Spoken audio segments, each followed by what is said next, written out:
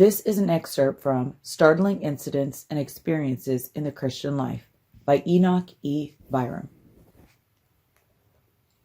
Experience in getting an outline for books. In making preparation for the writing of a book, authors differ widely in their manner of procedure. The manner also frequently depends much on the nature of the subject. Some writers have the entire book outlined in their mind before they begin to write. Others must have the subject matter outlined on paper, while still others begin a chapter giving their whole attention to it, with but little consideration of future chapters, except as former chapters are finished.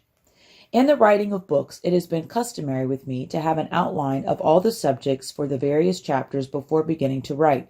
Sometimes I have had a vivid expression or impression of a subject, feeling that it should be presented in book form, but perhaps for many months I would be unable to form an idea of the book sufficiently definite to enable me to make an outline.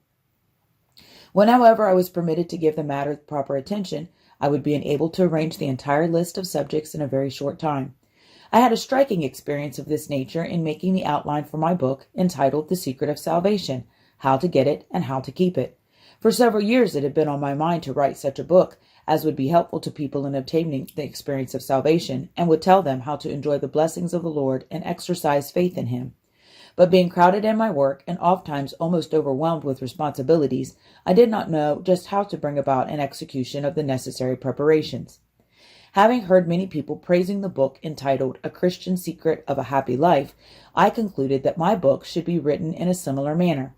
I procured a copy of that book for my library, and many times I undertook to read it, but was scarcely ever able to read more than 2 or 3 pages, being called away to perform some other task.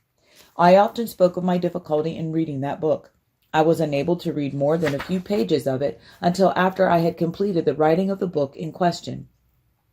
Then I can understand why I was prevented from reading it, for if I had, I doubtless would have followed a different line of thought, and perhaps have left out many original thoughts that have proved to be helpful to precious souls. Many times while sitting at my office desk, I would decide to finish the pile of mail before me and then try to outline my book.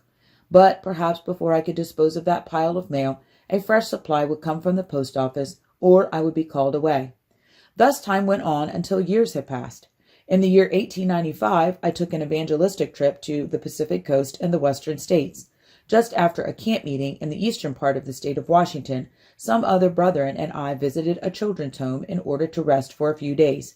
While there, I said to a brother, "Tomorrow I think I shall go to the grove and find that good place to pray that they tell about and ask the Lord for an outline for my book." The next day I went to the grove, and after spending some time in earnest prayer concerning the matter, I took my pen and paper and began writing down an outline of the subjects for the various chapters. In a few minutes I had written the subjects for more than 100 chapters. These were written in proper order, insomuch that when the book was written a few months later, only one change was made in the position of the subjects, and that was really unnecessary. It seemed that the subjects were apparently given by a real inspiration from heaven. These subjects were written in a blank book which I had taken with me for that purpose, one subject on each page, so that there would be space to record the necessary thoughts later under the proper headings. For some time I carried this book containing the outline in my satchel. One day I felt strangely led to recopy the outline and send it home, asking that it be preserved. A few weeks later, when my satchel and its contents were stolen, I was able to understand better the strange leading I had to copy out the outline, as it would have been very difficult to reproduce it otherwise. Another experience. A few years after writing the book mentioned above, for a few days once I had some peculiar impressions concerning the writing of a book, but was unable to decide the exact nature of its contents. One day I left my desk and went into the office of the secretary of the company to get my mail. While there, I made some remarks concerning the impressions I had, and in the conversation stated that I felt almost as if I had a book in my head. A few days later, and when I went for my mail, the assistant clerk at the desk asked, "How about that book in your head?" I replied that it was still there, and that sometimes it seemed as though there might be 2 or 3 of them. The clerk suggested that I had better go to writing and get 1 or 2 of them out, and said that I should then feel relieved. I took the mail and went to my desk. Among the letters was one from a sister in a western state, which read as follows: "Brother Byrum, I have of late been very much impressed to ask you to write a book. What shall I do to be saved? Giving the promises of God to them that obey, and the judgments of God to them that disobey. It will undoubtedly be helpful to many precious souls. Now, ask the Lord earnestly in regard to the matter, and see if he would not have you write such a book. Immediately I understood the strange impressions which I had had about the time she was praying and making the request for me to write such a book. I went into the prayer room and spent about 20 minutes in prayer. Then I sat down at my desk and immediately outlined the book entitled, What Shall I Do to Be Saved?